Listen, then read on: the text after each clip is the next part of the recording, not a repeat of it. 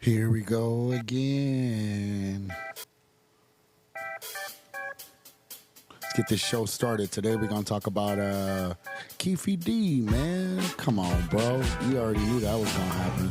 He was talking a whole lot, but I still got love watching your stuff, man. That shit was good, bro. So anyway, I guess they just got arrested, or he got arrested.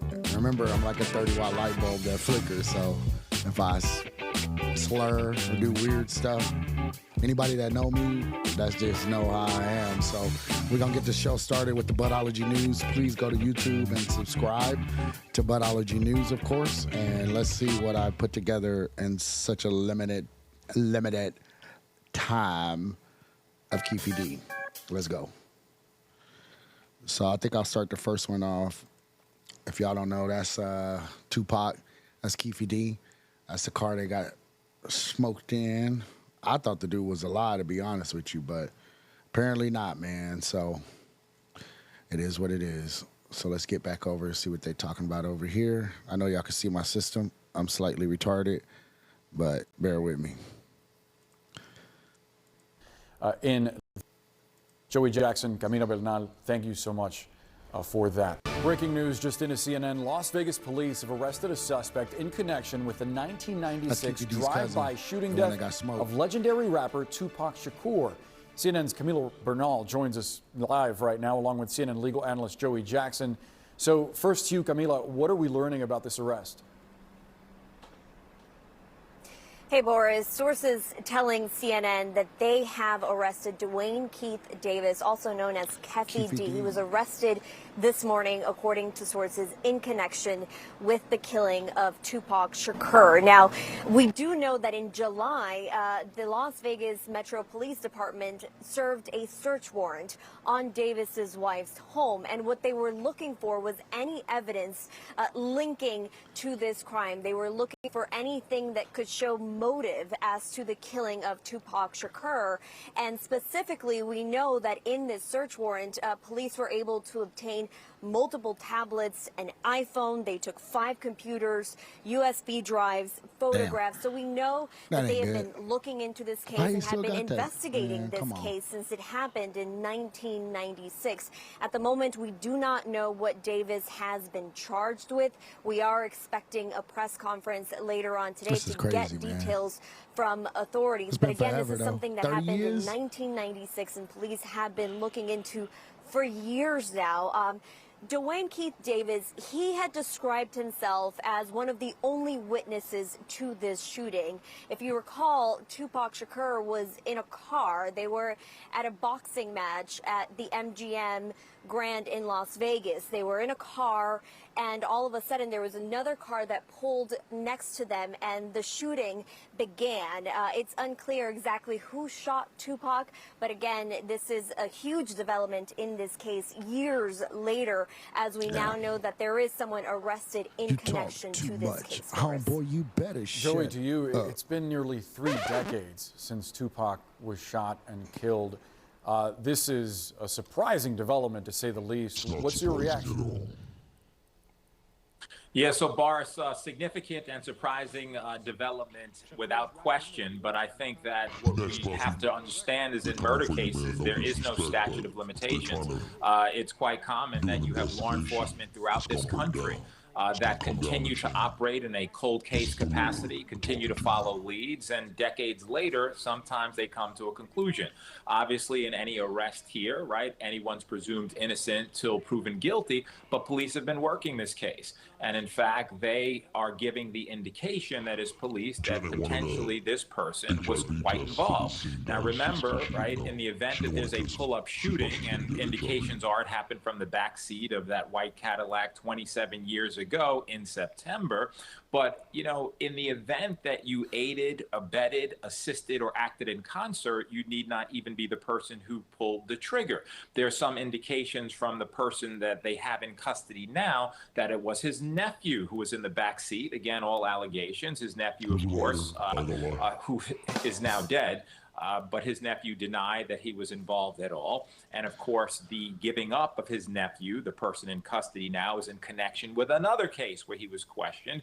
There's certainly reports from his own book that he was present, that he was there, that he was in that vehicle. Now, mere presence, to be clear, is never enough. You have to establish that you had knowledge of it, were in on it, and acted in accord with whatever was occurring. And so certainly now, after all of this time, yes, there are challenges, Barson, moving forward, but you have to believe that based on the search warrant they conducted in July of the suspect's wife's home, based upon the information they gathered, based upon street intelligence and other information, that they have probable cause to believe that he's involved, and we'll see how the prosecution moves forward after today. Joey, to me, just the fact that this was a cold case for so long is significant, because this was a very public shooting on the Las Vegas Strip. You imagine there were many witnesses there, and it came after a fight, right, at the MGM Grand that was caught on security camera, in which there was always suspicion that some of the folks that were involved in that fight may have been involved in Tupac's shooting. Talk to us about the challenges of looking into a case like this with nearly 30 years of cold evidence. It's a long time. Yeah, Bart, it's a great question. Certainly you want to have arrests that are closer in time to when an incident occurred for a variety of reasons, right? The nature of the evidence presented, the memories of the witnesses, the value, whether people's memories have gone stale or gone cold. But you don't now know, right? The reality is that if you're investigating a case for long-standing, presumably police have done a very diligent job, have information just not based on the arrest today, but have information that they've gleaned over the course of a number of years in connecting the dots. They have information that this particular suspect, verbal statements he's given, memoirs of his own that have been out there. We don't know, Bars, who police have spoken to in the course, right, of getting to today, how they have connected this person here, how other information may have been preserved that police have. Remember, we have the public reports, but we don't know the in-depth information that police have gleaned. So yes, in any prosecution, even if you got a murder that occurred yesterday, there are challenges. However, in the country, they're pretty good at putting together cold cases. Let's go over the second part two here, see what they got. A South Compton Crips gang leader. Keefy has said in his book, Compton Street Legend, and in interviews, that he was in the car with the man who killed Tupac Shakur. The shooter, according to Keefy D, his nephew, Orlando Lane Anderson. This is what Keefy D told BET's The Death Row Chronicles. You said the shots came from the back. Big Dre, Orlando. Who shot Tupac? The keeper for the code of the streets. It just came from the backseat, bro. The shots that killed Tupac Shakur were fired on the Las Vegas Strip on September 7th, 1996. Earlier that night, Tupac, Death Row Records CEO Suge Knight, and their entourage went to the Mike Tyson fight at the MGM Grand. Keefy D and his nephew, Orlando Lane Anderson, and two of their friends were also there. Keefy D told LAPD Detective Greg Kading more than a decade ago, in a proffer that couldn't be used against him, that the shooting was retaliation after Tupac jumped Orlando and beat him up at the casino. Surveillance cameras recorded the fight. Tupac was angry that Lane had stolen his necklace years prior in Compton. Tupac, Suge Knight, and the entourage left the casino quickly. Later that night, Chris Carroll, a sergeant on bike patrol with the Las Vegas Metro PD, was the first officer to arrive after Tupac was shot. Suge Knight, who was the driver, he had exited the vehicle, and he's just shooting blood out of the side of his head. He's flowing blood out of the side of his head. And he's running around screaming and yelling. So what had happened, as it turns out, is he had been shot in the head, and the bullet penetrated his scalp, but not his skull. So he's still able to completely function, but the blood is just flying out of the side of his head. So he's yelling at me. I'm trying to get the door open. So when I did finally pull the door open, it opened up. Tupac, which I didn't know it was Tupac yet. Tupac was leaning against the side of the door. So when I opened the door, he kind of fell out, slumped out with the door as it opened. So I grabbed him with my left hand, and I, still have my gun in my right. And Suge Knight is yelling at Tupac. I was asking him, what happened? Who shot you? Who did this? And For the first time, he's kind of acknowledging my presence, and he's looking in my eyes, and I'm looking at his, and I could tell he's trying to get a breath together because he's having a very hard time breathing. And he looks at me and he opened his mouth and he said, "F you." And after he said it, he kind of gurgled and coughed. His eyes rolled back. He lost consciousness. So that would be the last thing that he ever said in his life. Carroll said Tupac held to the no snitching street code until the very end. Members of his entourage did the same. Nobody saw anything. They've got nothing to add. We have no idea. We don't know what happened. Nobody saw anything. A couple of them even said, "We take care of this stuff ourselves." And, you know, I can even, I certainly don't agree with it, but, you know, the code, especially then, was you don't talk to the police, period, you know, under any circumstances. And I think the code was stronger then than it is now. Tupac Shakur died days later after his mom took him off life support. Despite the lack of cooperation from witnesses, Carroll said it became clear who the shooter was. Well, Orlando Anderson was just a hardcore criminal guy. I mean, everybody knew he was a shooter. He'd done it, you know, God knows how many times. He lived the life of a criminal. He was a drug dealer. He had allegedly robbed Tupac of a chain he was wearing in Compton. And that was, I guess, the start of the hate between the two, was that he robbed him. So the following spring, in March 1997, someone shot and killed the notorious B.I.G. in Los Angeles. Years would pass without an arrest in either murder. LAPD Detective Greg Kading was later assigned to a task force to investigate Biggie's murder. We were looking at the cold case reinvestigation of Christopher Wallace, Biggie Smalls. But there had always been speculation that Tupac and Biggie's murders were somehow connected. And so one easily kind of migrated into the other. But yes, initially we were just looking at Biggie's murder. But once we got Keefy D cornered and he confessed to his role in Tupac's murder, we began to look further into that. Kading says Keefy D told him what happened the night of Tupac's murder in a proffer. Keefy D was under pressure to give up something since the feds had evidence that tied him and his family to drug dealing.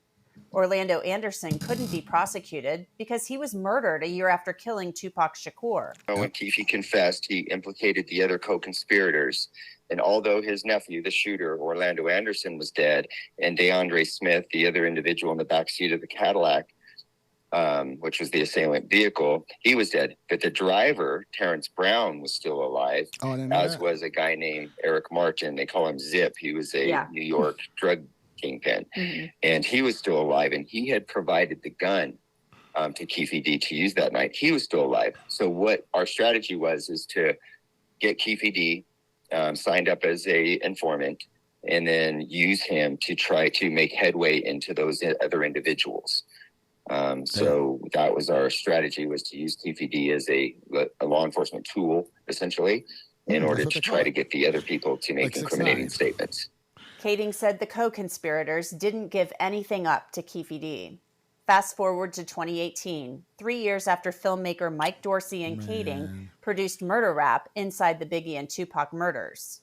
I reached out to Las Vegas police back in 2018 and alerted them when Keefy started doing these public interviews for the first time, starting with BET, his Death Row Chronicles interview that he did. And then subsequently, he's done a ton of YouTube interviews where he suddenly started talking very publicly about things that he had only discussed with police, you know, as part of his proffer deal prior to that. They came out and interviewed me at my house. And that is the same detective who's leading the case now. So they reopened the case basically because we kept pushing for this to happen and kept telling him, look, he's telling this now, you know, to the public, something, you know, that he does not have immunity for. Last month, police seized electronics, .40 caliber ammunition, copies of Keefy D's book, Compton Street Legend, marijuana, a Vibe magazine with Tupac on it, and a tub of photos from Keefy D's house. Dorsey says the search of Keefy D's home took him a little bit by surprise. Like this, how many times can someone tell you they did it and their crew was a part of this before you believe them and take action? And like you said, he wrote a book, which was like, for me, it was almost like a 220-page confession to what him and his crew allegedly did that night in Las Vegas. So I had started to lose hope a little bit that maybe something would happen, but now for them to go this far with it, and I know that this, in my opinion, I think it's a very good detective on this case. I think that they are going to close this case. Meanwhile, Chris Carroll remains skeptical after all of these years. I don't like to see a guy openly bragging about participating in a murder and just kind of just rubbing everybody's face in it and saying, yeah, I did it. And there's not been anybody charged. And I'm just glad they're taking some action. And, you know, like I said, I don't think it will produce arrestable charges, but we'll see. You know, the one piece of physical evidence and probably the best piece that we do have is the actual bullets that were inside of Tupac. We have those bullets. Unfortunately, we don't have a gun to match them to. So they don't really mean a lot unless you have a gun to match them to. I've reached out to Las Vegas Metro Police for a comment. A spokesperson would only confirm a search warrant was executed. I've also tried to reach Keefy D. At the time of this recording, my call was not returned. For Law and Crime. But for you guys that don't know, this was like a good interview a long time ago. I don't know if I'm going to play the whole thing because it's my birthday. But for you youngsters that really don't know the personality, what's really going on, as FYBJ Maine would say, do your homework on who Tupac is. Do your homework on Keefy D's interviews, and then you'll catch up. I'm just messing around. Like I said, we got our Budology news, so we'll get some more stuff cracking later, but I'll show you guys a little snippet personality-wise. You know what I mean? Tell me, what does Tupac Amaru Shakur mean? Okay. It means, I was named after this Inca chief from South America whose name was Tupac Amaru, but it's a lot of people named Tupac Amaru. It's like a whole tribe named Tupac Amaru. So my mom named me after this Inca chief, and I think the tribal breakdown means like intelligent warrior, something like that. That's dope. I see. He's a deep dude. He is. If I go to South America, they're going to love me, I'm telling you. It's like you don't even want to see me. They call this place Weirdo Beach. It ain't that weird to me. You'll see why they call it. When you first moved to like 2 times, Oakland, that was your first stop in California? It's a long story. Right. It's good stuff. No. Eddie Griffith and his brother. City? I did a song on Jason's you left Baltimore and premiere. came to Marin City. Yes. And when you were in Baltimore, you were in School of the Performing Arts. How come you didn't enroll in one when you came to California? I couldn't find one when I came to California. I was broke, so 13-inch strokes in the back. To a regular high school. But you eventually dropped out, right? Yeah, that's okay, though. I didn't have enough credits. Like, everybody's went into the 12th grade, about to graduate, everything.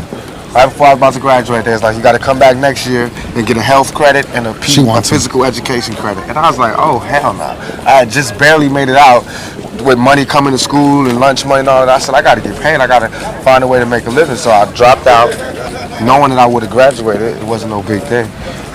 Not to say that y'all shouldn't graduate, but for me at that particular time, it was more important that I find somewhere to live. But you did get your... See, you're just mindful of what you say. If you really stand for the kids, you kind of got to watch what you say. You know what I mean? But she's a reporter back then, so some of her words were right on the edge, but she didn't mean any harm. I really think, you know what she wanted to do. GED, you moved out on your own. Mm-hmm. And what did you get as far as a job is concerned? What did you do when you stopped going to school? I only had 2 jobs ever in my life. One was in Round Table Pizza. I used to make the pizza, but it was good. It was the perfect job, Tabitha, because I was hungry and I got to like eat all the toppings off people's pizza. That's why, because everything is right there. Could you imagine? I was making pizzas on the side, bringing pizzas home. I'm calling in my own deliveries. You know what I mean? Let me get 2 shrimp with everything. But that job, I lasted about a month. And I worked as the... That nigga ate for a month and then was like, I got fired. Why? Picking people pepperonis off. Papa pick a pepper for Rip Rop Roz. Humpty Dumpty fell down, but here's our time. Check me number what? And he was quick. I forgot the rest. Guy that packs your bags in the supermarket for about, 2 weeks. Then the dude kept catching me writing raps by the time clock. I used to be like, you know, I'm gonna write for Instead of loading people's groceries. She can carry her own shit. So did it ever occur to you that you might be able to get scholarships to go to college, or was that just not I always even an wanted issue? to go to college, but I wanted to go to college and be comfortable. Like how people, like, I don't know, this might be